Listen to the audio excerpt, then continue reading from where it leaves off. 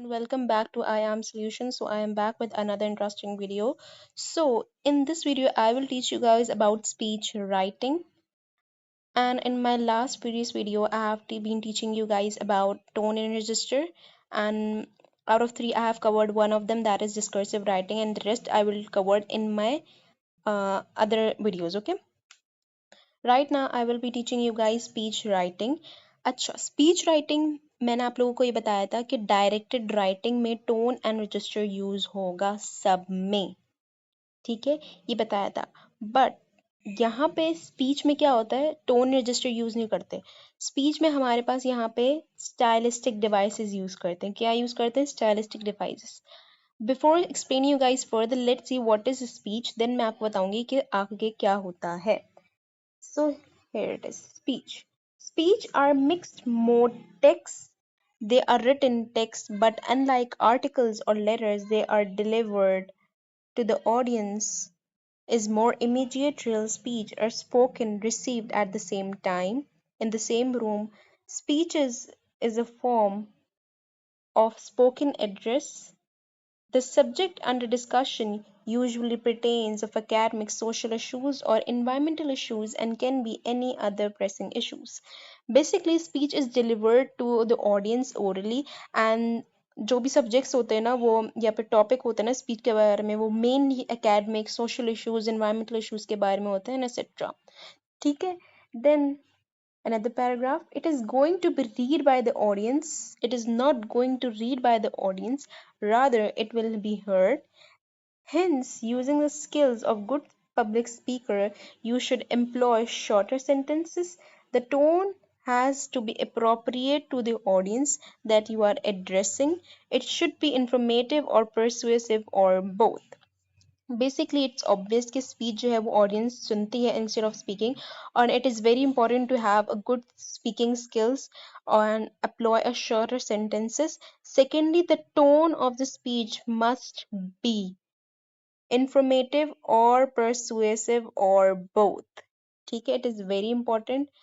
अब हम अपनी writing को informative and persuasive किस तरीके से बनाएंगे? By using stylistic devices, ठीक है।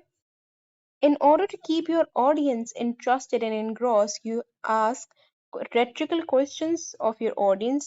However, do not expect the audience to give a response. Answer your questions. So basically rhetorical questions मैं अभी आपको बता देती हूँ क्या होता है कि rhetorical questions होते हैं, you have to ask questions, but do not expect that audience will answer. You have to give answer by your own self. That is called in rhetorical question. And it is very important to use rhetorical question because it develops the interest of the audience, ठीक है। अब I hope कि आप लोगों को speech writing समझ आ गई होगी। Now let's see what is stylistic devices, ठीक है। It is very important to know what are stylistic devices, and we guys will use it in our writings, and definitely it will make your writing up to the grade, ठीक है। Stylistic devices. Number one, we have a lot of stylistic devices: ethos, pathos, rhetorical questions, speech jargon, repetitions, anaphora, period, pause, filler. And the last one is direct address. Then stylistic devices हम अपनी यहाँ details में पढ़ लेते हैं। उसको format में किस तरीके से और कहाँ यूज करना है, I will explain it in the next video. But अभी मैं चाह रही हूँ आप लोग को स्टैटिस्टिक्स डिवाइसेस पता हो जाए कि बेसिकली ये होते ही क्या है। सबसे पहले हमारे पास ओपनिंग पैराग्राफ में हमारे पास है सैल्यूटेशंस। नंबर वन है most respected principal, teachers and my dear fellows.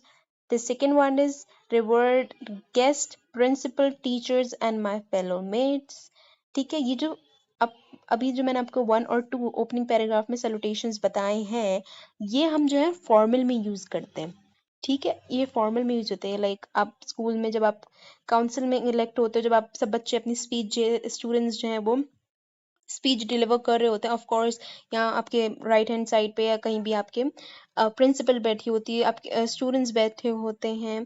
तो इस तरीके से ये आपको फॉर्मल वे में आप यूज करते हैं। इनफॉर्मल वे का यूज होता है, वो यूज होता है ओके गाइस। सेकेंडली ये कैजुअल स्पीचेस में, इसके एग्जांपल मैं इस तरीके से देती हूँ। फॉर एग्जांपल आप जब स्टूडेंट्स इलेक्ट होते हैं स्टूडेंट काउंसिल के लिए, तो वो अपनी डिफरेंट डिफरेंट क्लासेस में जाके स्पीच देते हैं।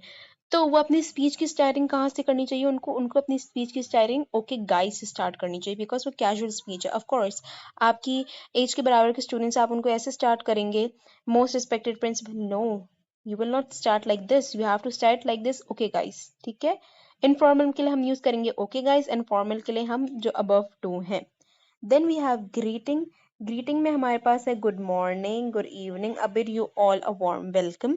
Then we have introduction. Introduction में हम क्या यूज करते हैं? माई नेम इज, जो भी आपका नाम है, and I am from graduating batch.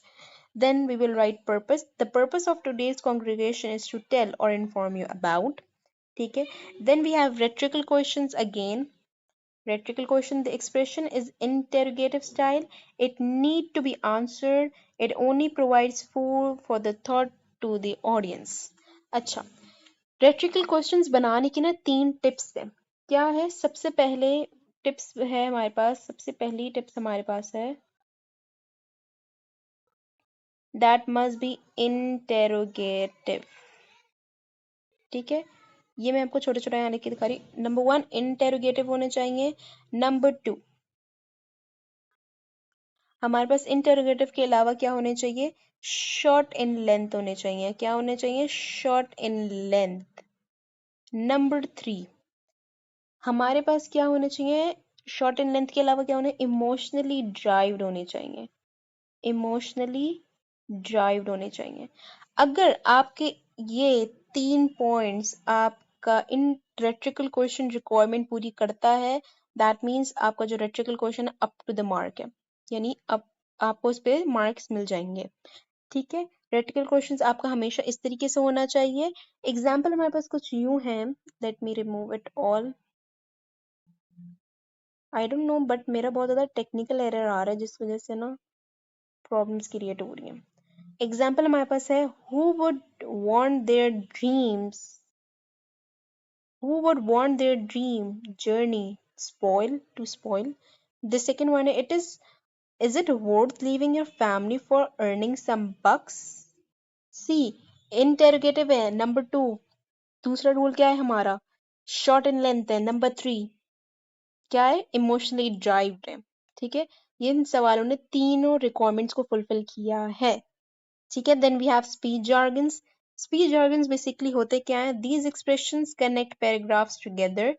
अब मेरे पास एग्जांपल्स हैं, आप उनको यूज करके अपने स्पीच जार्गन्स को हर एवरी पैराग्राफ में आपने यूज करना है। Here is an example of speech jargon. Number 1, I request you to lend me your ears. Number 2, we have, I hope we are on the same page.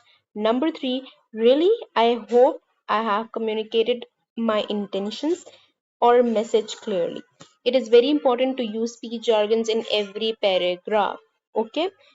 अच्छी बात ये है कि आप लोग इनको लर्न कर लें। Then we have repetition. Ditto repetition of expressions to highlight any rotation or point. Repetition हम कैसे कर सकते हैं? बार बार इस तरीके से, I repeat, I insist, I request और believe me. Here is an example, this choice can bring you an abundance of opportunities. I repeat, this choice can bring you an abundance of opportunities. Okay, then we have anaphora. Basically anaphora होता क्या है? पढ़ते हैं फिर बताती हूँ। Keeping either the successive preceding clause same and changing the other successive preceding clause is called anaphora. This technique helps to frame notation. It is called the rule of three or parallel structure. देखो, anaphora होता क्या है कि ना, जब भी आपको अपनी कोई ऐसी बात होती है जो आपको एक थोड़े से लाउड वे में बोलना हो, ठीक है, तो वो उस पे हम यूज करते हैं एनाफोरा। एनाफोरा की एग्जांपल इस तरीके से है, यानी एक बात को आप डिफरेंट स्टाइल ऑफ सेंटेंसेस में बोलोगे। फॉर एग्जांपल जैसे यहाँ पे एक एग्जांपल है, before reading I will tell you कि यहाँ पे ओवरसीज के बारे में बताना है कि स्टडिंग इन ओवरसीज के बेनिफिट्स बता रहा है, उस बात को बार बार रिपीट कर रहे हैं इन 3 बिग सेंटेंसेस like this। इसको मैं हाईलाइट करके दिखाती हूँ आप लोगों को। Studying overseas can polish you as a person. Studying overseas can allow you to represent your school. Studying overseas can attract you to work overseas later. ठीक है, 3 फायदे बता रहा है कि आपको 3 बिग सेंटेंसेस यूज करने हैं और एक ही चीज के बारे में आपको बताना है कि ओवरसीज के पढ़ने के फायदे क्या हैं। आपके अब जैसे फॉर एग्जांपल, ये तो मैंने आपको एग्जांपल दे दी ना। अब आप क्या करोगे, एनाफोर यूज करने के लिए अपनी राइटिंग्स में क्या करोगे, इसी तरीके से यूज करोगे, लेकिन आपके सेंटेंसेस 3 होने चाहिए and that must be big. ठीक है। Then we have pillars. Pillar conceals the effect conceals the fact that the author is stealing the audience times for dressing thoughts and the and words. Basically fillers हम जो है अपने fourth class paragraph में use करते हैं और it shows that the momentum has been purposely dripped. ठीक है। इसमें हमारा क्या होता है कि हमारा मोमेंटम जैसे ड्रिफ्ट होना शुरू जाता है तो हम क्या यूज करते हैं, फिलर्स के लिए वेल यूज करते हैं और ये फोर्थ लास्ट पैराग्राफ में यूज होता है। Then we have pause. Pause में क्या होता है, followed by repetition, pause is use to show a micro pause. Then we have J, it is period. Period indicates the catch of breath or to hint a food for thought to audience. It followed by anaphora. It means जब आप anaphora की 3 big sentences लिख लोगे ना, उसके बाद जो है ना आप पीरियड का साइन लगाओगे। पीरियड का साइन हमारे पास इस तरीके से है। ठीक है। 3 big sentences anaphora के बाद आप पीरियड का साइन लगाओगे। Then we have uppercase. Writing word or smaller expressions uppercase highlights an important notation. For example हम कोई आपको एक्सप्रेशन या कोई वर्ड आपको हाईलाइट करना है तो आप उनको अपर केस में लिखोगे like this. It would suggest you to stop chasing fake friends online and invest your time in real friends. ठीक है। Then we have Athos.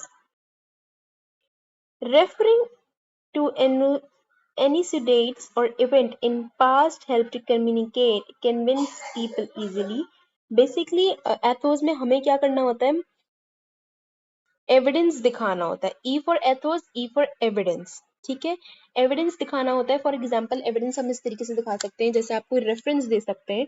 For example इस तरीके से रेफरेंस दे सकते हैं कि फला रिसर्च की जो फला रिसर्च की सीरीज है, यहाँ से हमें ये पता चला है, या I attended the workshop at Rangoon वाला कम्युनिटी, किसी प्रोफेशनल बेस ने ये बात बताई है, तो हम इस तरीके से। ठीक है। Then we have pathos. हमारे पास यहाँ क्या होता है, emotionally convinced audience. Example emotions and feelings through adjective. आपको पैथोस भी यूज करने, that must be drived emotionally and feeling. ठीक है। Then we have logos. Logos, L for logos, L for logic. You have to give logic explanation, or you can say facts. ठीक है। Then we have direct address. Direct address. What is that? Connect with your audience using the second person pronoun. This helps create rapport with audience. Pronoun से क्या मतलब, आपको जो है ना you करके ये वाला जो प्रोनाउन है ना, आपको ये वाला यूज करना है अपनी राइटिंग्स में। ठीक है। That is the direct address. Last में हमारे पास जो है ना, हमारे पास इट्स नॉट एन लास्ट में हमारे पास जो है ना वो होता है thank you. Thank your audience. क्या होता है, थैंक योर ऑडियंस। ठीक है। आपको अपने ऑडियंस को थैंक यू कहना होता है। हमारे मेरे पास 2 पॉइंट्स है, मैंने वो यहाँ लिखे नहीं, I forget to note them. हमारे पास है, I am dictating, you guys can write on your notes, it's very important कि आप उनको यूज करें। Number 1 is thank you for being wonderful audience and the second one is thank you for actively listening to me.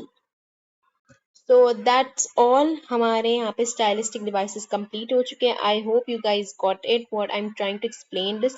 It is very good if you guys will learn all these ethos and their concept, and yeah, I hope you guys got it, and I will try my best to upload video on daily basis so that आपकी properly preparation हो सके। And yeah, meet me in the next video. But before leaving my video, make sure to subscribe to my YouTube channel, share it with your friends, and hit the like button. And I will meet you in my next video. Till then, bye bye, Allah Hafiz.